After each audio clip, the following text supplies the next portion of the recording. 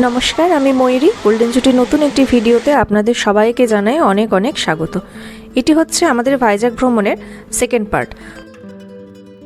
First পার্টে তো আমি দেখিয়েছিলাম আমরা তমলুক থেকে সমুদ্রকন্যা এক্সপ্রেস অর্থাৎ দীঘাপুরী যে এক্সপ্রেসটা রয়েছে, ট্রেনটা রয়েছে, সেটাতে আমরা ভুবনেশ্বর স্টেশনে নেমেছিলাম রাত্রি প্রায় 2টো নাগাদ, এবং সেইখানে কোনো রিটায়ারিং রুম তো ছিল না বলেইছিলাম। আমরা সেইখানে ভুবনেশ্বর স্টেশনে রাতটা কাটিয়েছিলাম। আর এই হলো গোটা হচ্ছে ভুবনেশ্বর স্টেশন। ওই যে আগে যে ডরমেন্টরি মতন দেখালাম, ওইখানে শুয়েছিল লোকজন, ওইটাই হচ্ছে এখানকার রিটায়ারিং রুম। এরপরে আমরা বাইরেটাও একটু দেখে নিয়ে ট্রেনে উঠে পড়লাম, আর সময় মতো ট্রেনও ছেড়ে দিল। পরের দিন সকালবেলা 1 কাপ চা হাতে শুরু হলো আমাদের দিনটা। আর সামনে ওনাদের সাথে আমাদের বেশ ভালোই গল্প জমে গিয়েছিল, ভালোই গেল ট্রেনটা। এবং সময় মতন ট্রেনটা কিন্তু বিশাখাপত্তনম স্টেশনে পৌঁছেও দিয়েছিল।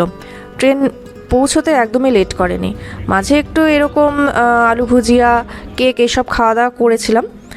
আর তারপরে আমরা নামলাম বিশাখাপত্তনম স্টেশনে। এই হচ্ছে বিশাখাপত্তনম স্টেশন যখন ঢুকছে।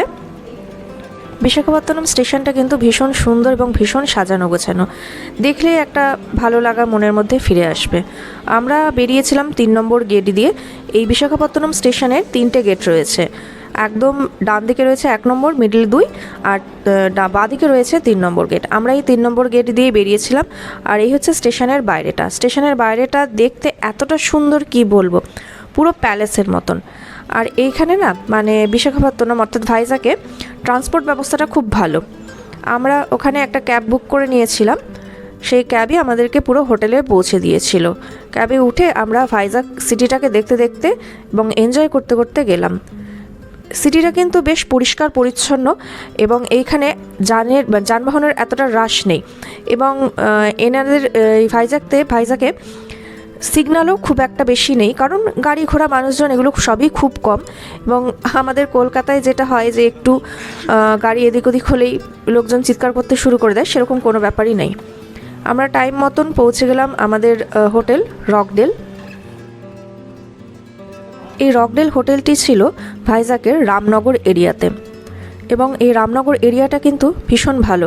কাছে পিঠে প্রচুর ডাক্তারের চেম্বার এবং হসপিটাল, আর সাথে মেডিসিন যে ওষুধের দোকান যেটা, সেইগুলো ছিল।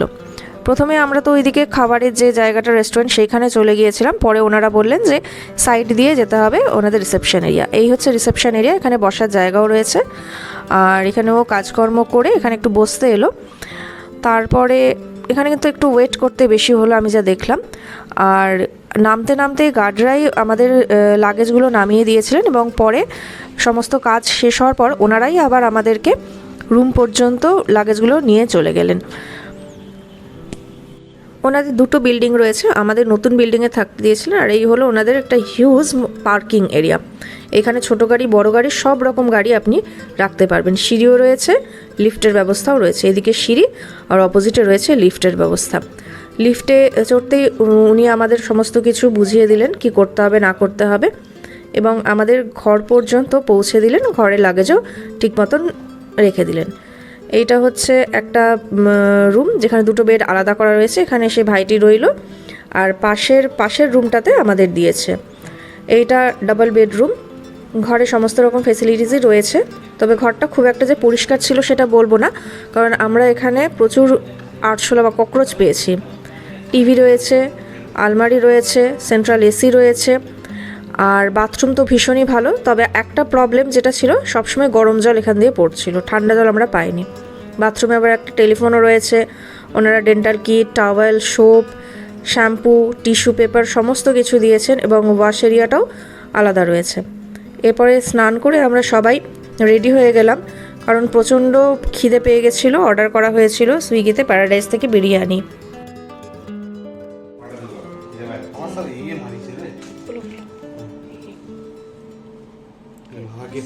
কোল্ড ড্রিঙ্কস আছে, রায়তা, হ্যাঁ রায়তা খেলা দেয়, রায়তা দুটো আরেকটা হবে, হ্যাঁ আচ্ছা রায়তা, হ্যাঁ দেন আর আছে বিরিয়ানি, কি আছে প্যারাডাইস ব্ল্যাক চিকেন। প্যাকেটটা তো ভালো, প্যাকেটটা ভালো কিন্তু কোয়ান্টিটি কম, ভাগ্যিস 3টে করা হয়েছিল। সেটাই, তো আরো আছে রে, চাটনি আছে সত্যি সত্যি। বাহ বাহ বাহ, এ দেখ এই গ্রেভি। সালান এটাকে বলে। হ্যাঁ এটাও আছে, দিয়েছে অনেক কিছু, সেটা আমি কিছু দিয়েছে, যেটাও তিনটে আছে, তিনটে সালান দিয়েছে। আর একটা বাহ, দিয়েছে পেঁয়াজ। পেঁয়াজ একটাই এটা। ভাইজাকের বিরিয়ানি ভাইজাকের মতন, কলকাতার মতন এক্সপেক্ট করলে চলবে না। আর আলু অবশ্যই আমরা মিস করছিলাম। এরপরে খেয়ে দিয়ে রেস্ট নিয়ে সন্ধ্যাবেলা আমরা বেরিয়ে গেলাম আরকে বিচ ঘোরার জন্য। আরকে বিচের দিকে, রামকৃষ্ণ বিচ। চলো। আর এই হচ্ছে আমাদের হোটেলের নাইট ভিউ। এত লাইট আর এত সুন্দর ডেকোরেট করে রেখেছে হোটেলটা বাইরে থেকে, যে ভেতরের কি অবস্থা সেটা বোঝা যাবে না। ভেতরের অবস্থা খুবই খারাপ, ওনারা আমাদের কোনো কথাই শুনতে চাননি। ওয়াইফাইয়ের ব্যবস্থা ছিল কিন্তু ওয়াইফাই আমরা একদিনও পাইনি। এমনকি ফার্স্ট ডে আমাদের রুমের টেলিফোনটাও খারাপ ছিল। তো যাই হোক, এখান থেকে একটা অটো বুক করে আমরা চলে গেলাম আরকে বিচে, গোটা শহরটা ঘুরতে ঘুরতে দেখতে দেখতে। আর এইখানে কিন্তু পাবলিক ট্রান্সপোর্ট খুব ভালো, মানে সবসময় অ্যাভেলেবেল পাওয়া যায়, এবং অটো এখানে অনলাইনে বুক করা যায় মাত্র 60 টাকায়। আমরা 60 টাকাতেই গিয়েছিলাম তিনজন একটা অটো করে আরকে বিচে। আর আমাদের হোটেল থেকে আরকে বিচের ডিস্টেন্স ছিল মাত্র 2 কিলোমিটার।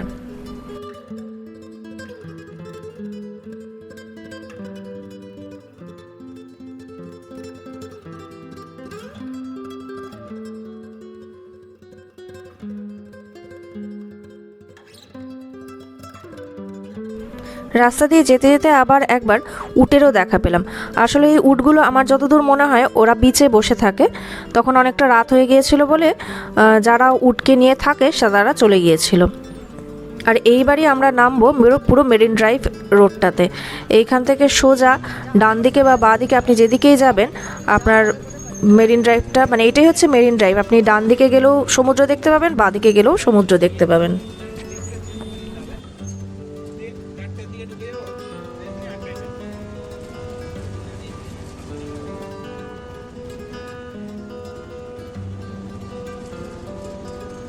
আর বিচের মেন গেটের সামনেই রয়েছে এখানকার বাস স্ট্যান্ড। এখানে কিন্তু সব সরকারি বাসই চলে, আমি একটাও প্রাইভেট বাস দেখতে পাইনি। এবং বাসগুলো চলেও খুব ভালো, আপনারা চাইলে এই বাসে করেও ট্যুর করতে পারেন। এই বাস কিন্তু গোটা ভাইজাগ সিটিটাকে ট্যুর করায়।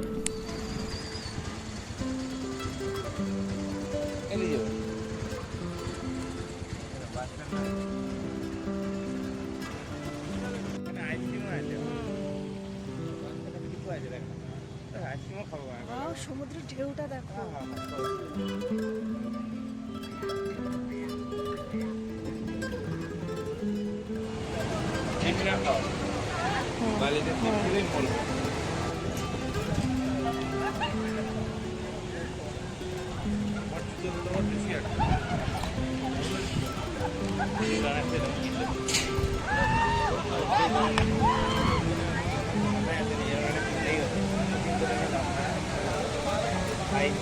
বিচে এসছে, এখানকার স্ট্রিট ফুড বা চাট খাবো না তাই হয় কখনো?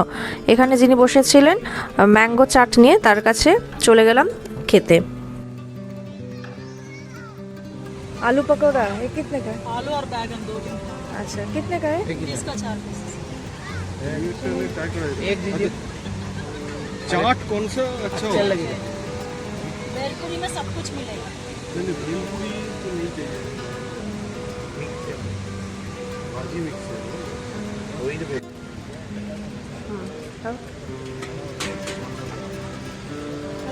ये बढ़िया। খাওয়া দাওয়া শেষ করে এবার আসি সমুদ্র উপভোগ করতে। এত সুন্দর ঢেউ আর এত সুন্দর জল আমাদের পুরীতেও নেই। হ্যাঁ,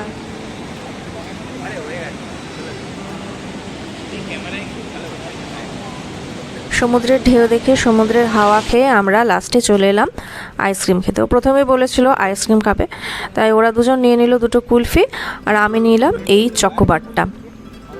এইসব খেয়ে দিয়ে আমরা হোটেলের রুমে ফিরে এলাম এবং রাতে ডিনার করলাম মোমো, বার্গার, পিৎজা এবং আইসক্রিম দিয়ে। ফার্স্টে মোমোটা এসে গিয়েছিল, ওয়াও মোমো থেকে অর্ডার করেছিলাম। একটা বড় বাক্স করে মোমো এসেছিল। মোমোটা দেখতে যতটা ভালো লাগবে খেতে ততটা ভালো ছিল না, কারণ মোমোতে চিকেনের স্টাফিংয়ের থেকে বাঁধাকপি স্টাফিংয়ে আমার বেশি লেগেছে। অতটাও টেস্টি ছিল না মোমোটা এবং খুব ভেঙে ভেঙে যাচ্ছিল। তবে এই বার্গারটা খুবই ভালো ছিল। আমরা 4টে বার্গার অর্ডার করেছিলাম। এত টেস্টি ছিল বার্গারটা যে আমরা প্রত্যেক দিনে একটা করে বার্গার খেয়েছি। এই বার্গারটাই আমার সব থেকে ভালো লেগেছে।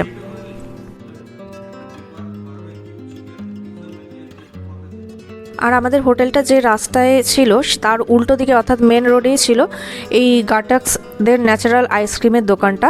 সেইখান থেকে আমরা অর্ডার করেছিলাম 3টে আইসক্রিম। এই সাদা আইসক্রিমটা কিসের ছিল আমার ঠিক অতটা মনে নেই। আর অর্ডার করেছিলাম ম্যাঙ্গো আইসক্রিম আর তার সাথে পান আইসক্রিম। পান আইসক্রিমটা তো খুবই ভালো ছিল, তবে ম্যাঙ্গো আইসক্রিমটা একটু পুরনো পুরনো আমার লাগলো। সে যাই হোক, ওরা পিৎজাটাই অর্ডার করতে ভুলে গিয়েছিল, তাই পরে আবার পিৎজা অর্ডার করা হয়েছিল, কারণ পিৎজাটা আমি খাবো বলেছিলাম। তো এই হলো পিৎজা আর আইসক্রিম দিয়ে লাস্টে আমাদের ডিনারটা কমপ্লিট হলো। তো আজকের এই ভিডিওটা এই পর্যন্তই থাকছে। এটা হচ্ছে ভাইজ্যাক ট্যুরের আমাদের ফার্স্ট ডে ছিল, আর ভাইজ্যাক ভ্রমণ পার্ট 2। এরপরে আবার থার্ড পার্ট নিয়ে একদিন আসবো, সেই দিন আরাকু ভ্যালি ঘুরে দেখাবো। ভালো লাগলে চ্যানেলটিকে লাইক, শেয়ার এবং সাবস্ক্রাইব করে দেবেন। সকলে ভালো থাকবেন।